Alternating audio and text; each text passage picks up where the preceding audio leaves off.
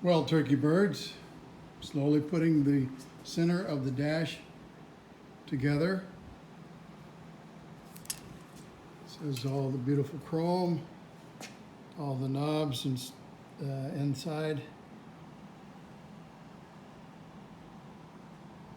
Key switch goes over there and an ashtray. You know, you gotta have an ashtray. You gotta have two of them actually. Here's the hole for the other one.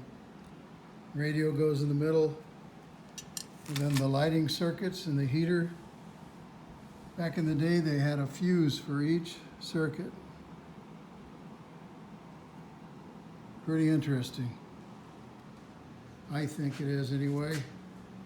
You got brand new fuses I just put in, brand new bulbs for the map light,